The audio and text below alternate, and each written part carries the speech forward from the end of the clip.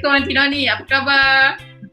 Waalaikumsalam. Sekarang kita kena buat storytelling dari jauh, tak boleh buat dekat Ya, betul. kan? Sebab lama dah makin apa masa keadaan lagi tak selamat lagi. So untuk sesi kita punya bercerita hari ini ialah Opah J pilih buku oleh Puan Liza Syahidah. Ni kawan Opah J ni tau. She's a writer. Dia banyak buku-buku tentang kanak-kanak dan buku dia sangat dan sesuai lah untuk kanak-kanak. Dan yang paling menariknya buku dia tentang nature, tentang haiwan, tentang tumbuh-tumbuhan. Alam persekitaran. Ya, walaupun dalam bentuk cerita tetapi dia ada maklumat dalam tu. Kalau buku yang Opah J nak baca ni sangat menarik tau. Nama dia cerita dia di mana kawan-kawan tapi di dalam dia ada banyak informasi. Maklumat-maklumat untuk kanak-kanak. Ya, yang boleh langsung kita pun belajar jugalah kan.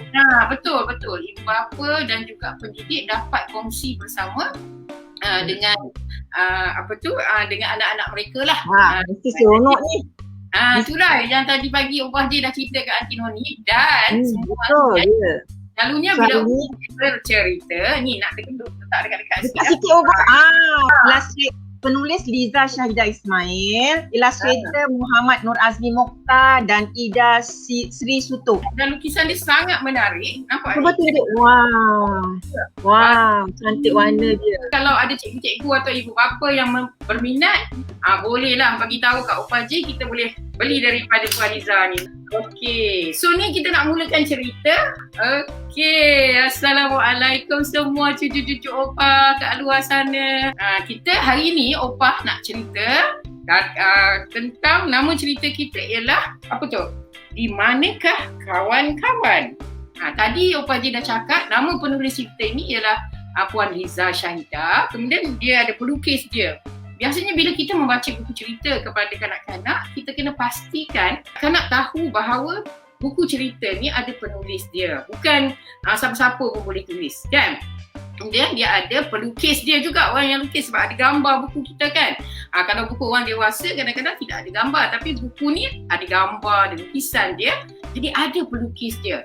Dan ini anak-anak kita perlu faham bahawa apabila sesebuah buku tu diterbitkan, ditulis oleh penulisnya, maknanya kita perlu mengajar anak-anak kita untuk menghargai buku tu, jaga baik-baik supaya buku tu akan ada dalam keadaan yang elok. Selain daripada itu, kita kena pastikan siapakah tuan punya buku. Untuk buku ni buku Opah J. Okey, dan Opah J dah bagi kat semua cucu-cucu Opah J seorang satu set. Sebab Puan Liza dia terbitkan buku ada 5 title, 5 tajuk.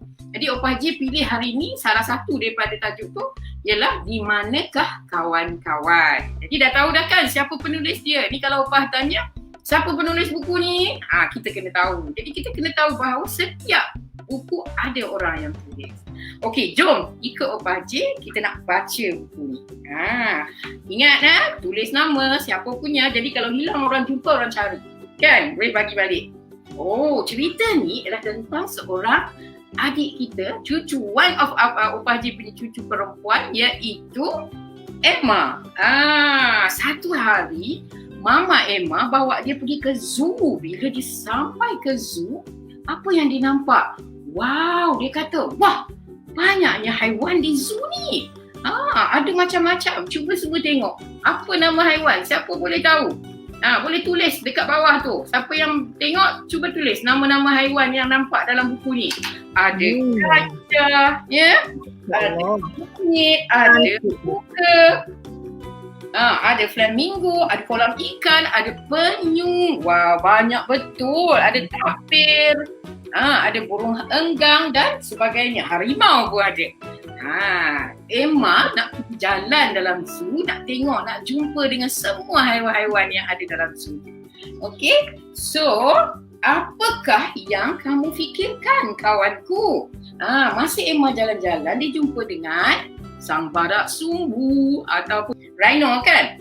dia kata teringatkan kawan-kawan saya. Dia teringat kawan dia yang dekat dalam hutan. Sebab sekarang dia duduk dalam zoo kan.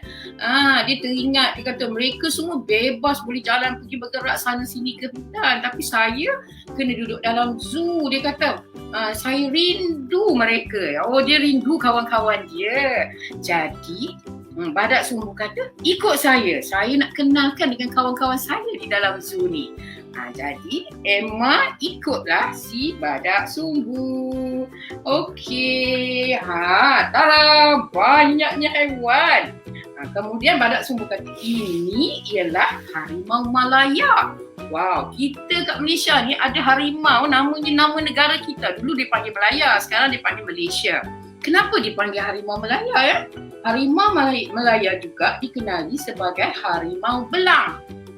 Kita panggil dia Pak Belang kan. Adalah kucing yang terbesar.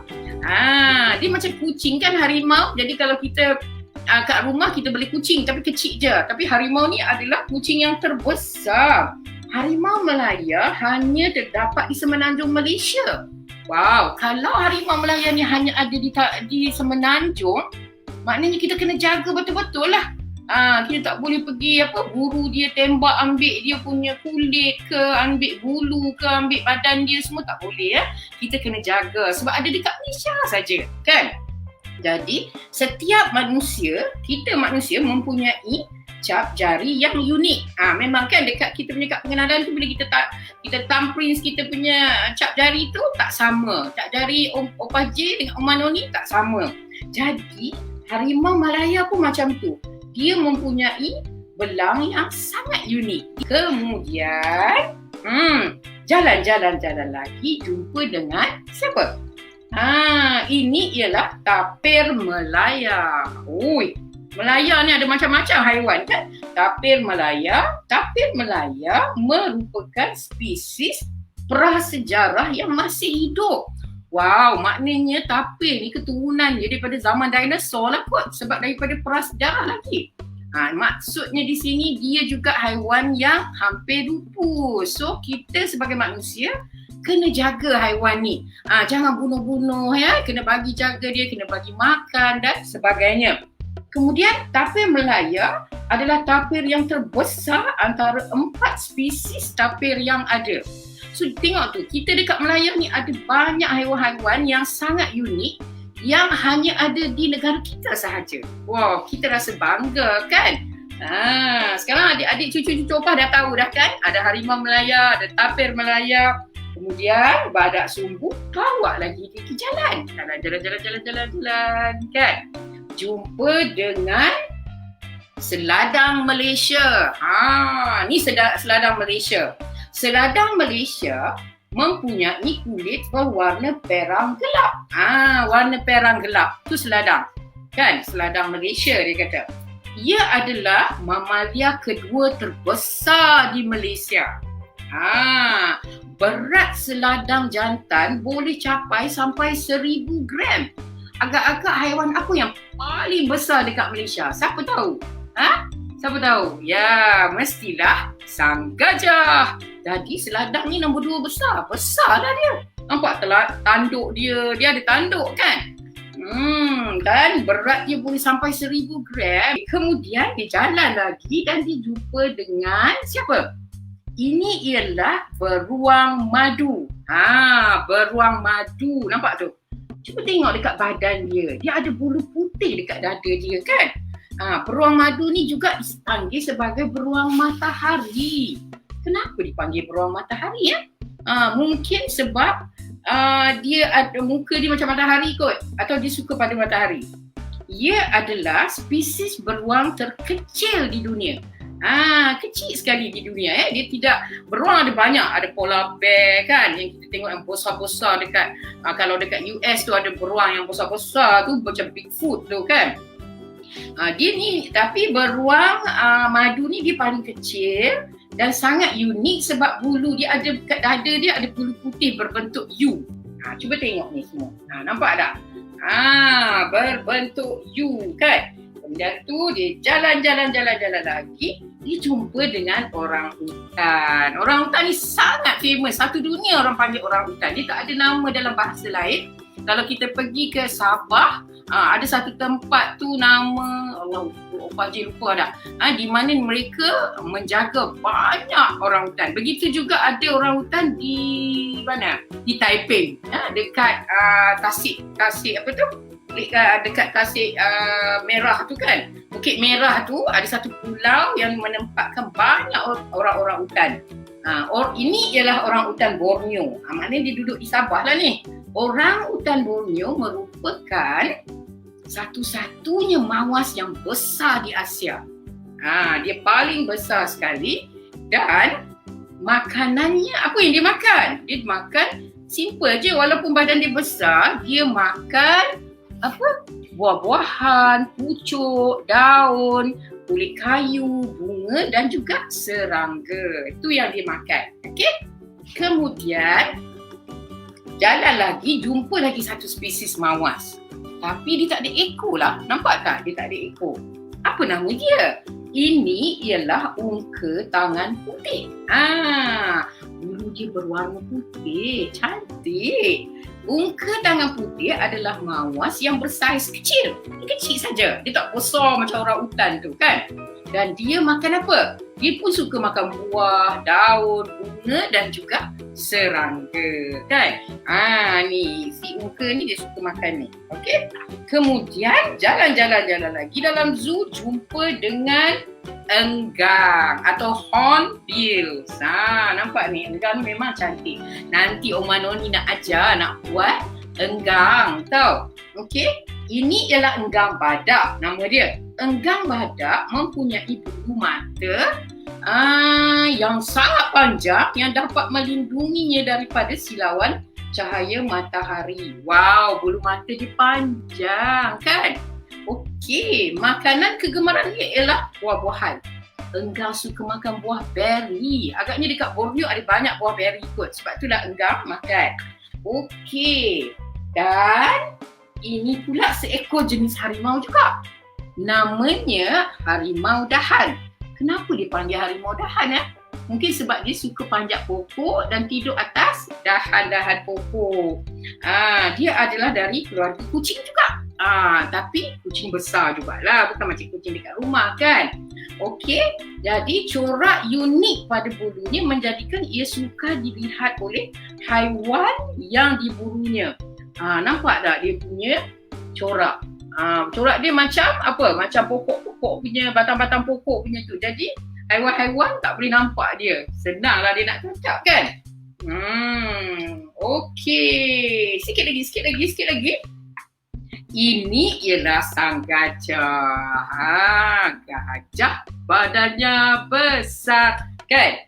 Telinga gajah besar. Gading gajah panjang. Hidung dia pun panjang juga kan? Ini ialah gajah pygmy Borneo. Dia pun duduk di Borneo. Kalau Borneo tu di mana? Di Sabah ataupun Sarawak kan? Gajah pygmy Borneo lebih kecil daripada gajah Afrika dan Asia. So dia tak besar lah. Tapi dia besar daripada Emma lah. Nampak tak? Emma kat belakang dia kan?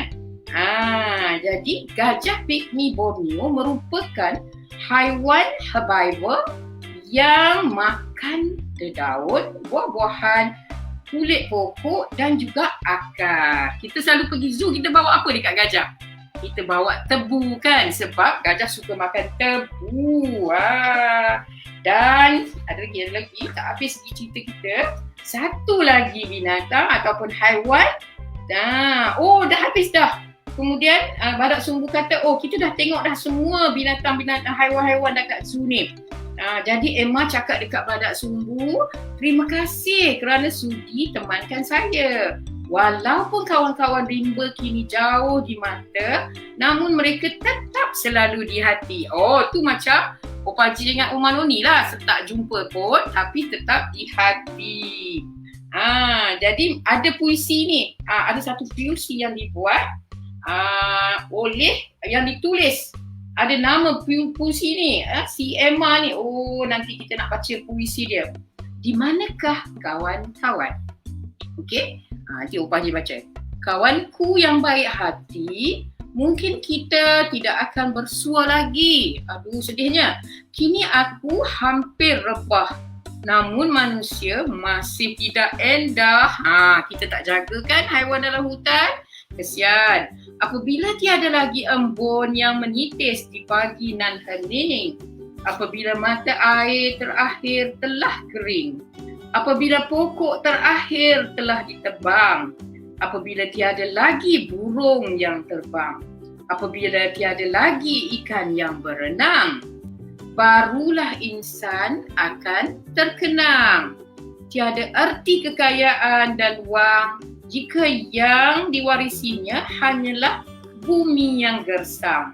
Selamat tinggal kawanku. Aduh, sedihnya puisi ni kan.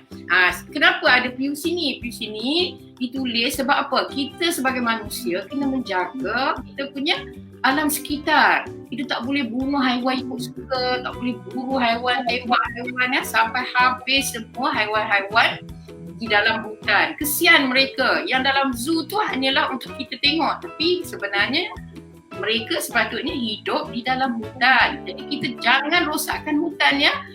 Kena jaga hutan baik-baik. Jadi Emma pun katalah, kesian betul nasib badak sumbu dan kawan-kawannya. Saya akan buat yang terbaik untuk membantu mereka.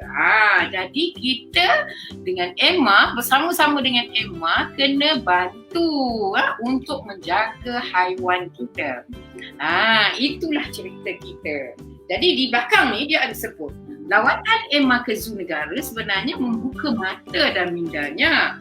Rupa-rupanya terdapat banyak haiwan hutan tropika yang terancam. Ada yang hampir pupus. Jadi puisi yang dibaca, diungkapkan oleh badak sumbu ni kan telah membakar semangat Emma untuk melakukan sesuatu. Jadi kita juga bila baca buku cerita ni pun rasa sedih dan bersemangat untuk bantu semua haiwan-haiwan. Bukan sahaja haiwan ya, pokok-pokok, tumbuh-tumbuhan yang ada dalam persekitaran kita supaya kita jaga. Dan bila kita ada jaga kita punya persekitaran supaya dalam keadaan yang baik, so jadinya kita dapat hidup lebih sihat. Tak adalah penyakit-penyakit datang pada kita. So Oma Noni habis dah cerita Opah Haji. Tolong tunjuk pada cucu dengan cucu-cucu kita cara nak buat burung enggang. Ya, ini banyak terdapat di Sabah dan juga di Royal Belum tau Pak Haji. Di Royal tahu dekat Royal Belum pun banyak ada dia hornbill juga. Ya. So, senang saja kalau adik-adik nak tahu, Antoni nak tunjukkan very fast, Uma nak tunjukkan cepat-cepat kerana kita ada masa yang sangat-sangat. Kita tak dapat rayakan, kita kena duduk kat dalam rumah dia. Tapi tak apa, jangan kelang kabut mak-mak, bapak-bapak yang dekat rumah tu. Okey, hanya kita perlukan paper plate. Kalau tak ada nanti pergilah, kalau ke Giant ke atau tak ada paper plate pun boleh juga guna kertas-kertas cardboard yang berbentuk bulat ni. Dan sangat mudah. Dan nanti ni tunjukkan, ambil satu paper plate, gunanya satu saja. Guna satu paper plate, kemudian kita perlukan gunting. Untuk guntingkan setengah, ni untuk nak buat badan dan kepala dia. Kita potongkan. Ya, ni badan dan kepalanya. Kalau tadi from 1, kita potongkan jadi 2. Satu untuk badan dan satu untuk kepala dia. Okey, so kita fokuskan pada kepala dahulu. Ni badan nanti kita akan perlukan warnakan dia. So untuk kepalanya, kalau adik-adik tengok cucu-cucu Oma kalau nampak tu ya. Tengok sini sikit. Tengok bentuk dia macam mana tu. Kan? Ni tengok dia ada way round tau ya. So perhatikan. So nanti kita akan catkan dia, kita akan warnakan dan gunakan warna poster. Warna orange ada, orange atau kuning dan campurkan untuk dapat dia punya efek yang cantik seperti ini. Tada! Ini yang tadi Antoni Oma dah warnakan. So from here, kita buatkan, ambilkan marker pen untuk bentukkan bahagian mata. Okey, bahagian mata. Jangan yang tempat sebelah yang flat dia sayang. Terbalikkan ke sebelah belakang dia. Yang bucu dia, sebelah belakang paper plate. Ya. Kita buatkan, bentukkan dia dulu untuk nak letak bahagian beak dia punya paruh dia. Kita bagikan sebelah sini. Nah, bentukkan dulu seperti itu. Ya, setelah bentukkan seperti itu, nanti adik-adik, cucu-cucu Omar tinggal warnakan. Tengok warna dia. Setengah, tak sampai setengah. Yang sebelah sini hitam, yang sebelah sini untuk paruh dia warnakan orange. Ya, warnakan orange, kuning. Nampak tu? Ya. Campurkan orange orange dan juga warna kuning. Dan setelah nanti diberikan mata googly eyes. Kalau ada googly eyes, gunakan googly eyes. Ni googly eyes yang besar. Kalau tak ada, mak ayah, cikgu-cikgu tak apa, kita boleh buat sendiri. Kita gunakan kertas-kertas, kertas-kertas atau kalau ada butang baju. So tak semestinya googly eyes kita nak kena pergi kedai pula akan cari. Dalam PKP ni yang kita tak boleh keluar. So kita boleh juga gunakan kertas-kertas warna yang buat kertas putih, ataupun kita boleh guna juga kertas paper plate yang tadi, potongkan bulat dan kita suruh kanak-kanak anak-anak kita tu warnakan warnanya. Okey. So kita ada warna untuk googly eyes, kita akan masih letakkan warna gum. Saya gunakan glue gun. Kalau tak ada glue gun, boleh juga apa gun yang sesuai. Double sided tape pun boleh kalau ada. Kalau Mama Noni, Uma Noni tak ada. Kalau tak ada, ambillah uhu. Kalau ada uhu boleh uhu juga ya, yang kuat. So tampalkan di bahagian sebelah sini. Nampak tu? Nah, tu mata dia. Tunggu dia kering dan kita letakkan ke tepi. Sebab ni nak kena keringkan mata dia, nak kena keringkan dia punya cat yang kita dah cat. Sementara tu nanti setelah kita selesaikan bahagian kepala, kita catkan dia punya bahagian badan. Jangan Umar dah cat. Badan tadi putih macam ni kan? Catkan warna hitam. Ya, warna hitam. Kita ada bahagian setengah ni. Dan untuk paruh dan juga ekornya, dia bentuk dia simple aja. Ya, jangan nak pergi macam mana nak potong dia agak-agak. Ambil aja paper plate ni. Umar ni ajar. Kalau tak dapat nak bayangkan macam mana, ambil saja paper plate yang ambil ujung dia yang agak-agaklah bentukkan dia macam tu, nampak tu bentuk dia, bentukkan dia macam kepak. Ni untuk bahagian kepak dia, ya. Dan satu lagi adalah untuk bahagian paruh dia, gunakan yang sama juga, hanya lukiskan seperti ni, ya. Sebab tu dia ada tanduk, dia panggil hornbill tu sebab dia ada horn. Ya, pandang bertanduk dia. So kita ambil lagi sebelah yang satu kecil, yang ini yang besar untuk dia punya kepak, dan ini untuk dia punya tanduk dia. Dan kita ada sedikit lagi buang, kita ambil untuk dia punya ekor dia. Dan setelah semua siap, so untuk tanduk dia diberi warna orange juga, ya, kita akan letakkan tanduk dia di sebelah atas. Nah, macam mana nak lekatkan dia? Kalau tak boleh lekat dengan double sided tape, ambil saja stapler. Kita boleh buat stapler. Paling cepat stapler. Kalau nak bagi tahan. Ya. So bahagian atas kepala dah siap. Badannya, kita cantumkan badannya sebelah bawah, menghadap ke sebelah sana. Okey. Again dengan stapler, nanti Noni akan cantumkan dia pada badannya. Nah, kalau tak ada stapler, gunakan gum. Kalau tak ada gum, gunakan double sided tape. Ya. Terkeluar lagi matanya. Dia belum kering sangat ya. So kena tunggu dia kering dululah. Okey, tapi kerana kita nak siapkan cepat, tunggu dia kering. Dan kemudian kita letakkan ekornya. Mana ekornya? Again, gunakan ekornya, kita staplerkan dia. Tak ada stapler, kita boleh gum. Tak ada gum, stapler untuk ekornya. Ya. Nampak tu dah hampir siap. Dan akhir sekali, barulah kita lekatkan ataupun staplerkan kepaknya. Mudah kan? Tu dia. Dah siap. Ada dua ekor burung enggang duduk atas pokok. Satu nama apa ke Mati J? Opa J, satu Umar Noni ke? Lopa, kita dah jauh. Ya, wow. Yang Umar Noni buat, kita seorang seekor. Kalau Opa J dengan Aunty Noni, bolehlah kita main sama-sama kan? Kita dah buka, nanti Opa J pergi ambil lah Opa J punya. Boleh. Satu Sama-sama. untuk Opaji, satu untuk Oma Ah. Noni. Ya, sudah siap. Yes. Yes. Okay, terima kasih Mak Noni. Bye. Bye. Jumpa lagi esok. Assalamualaikum.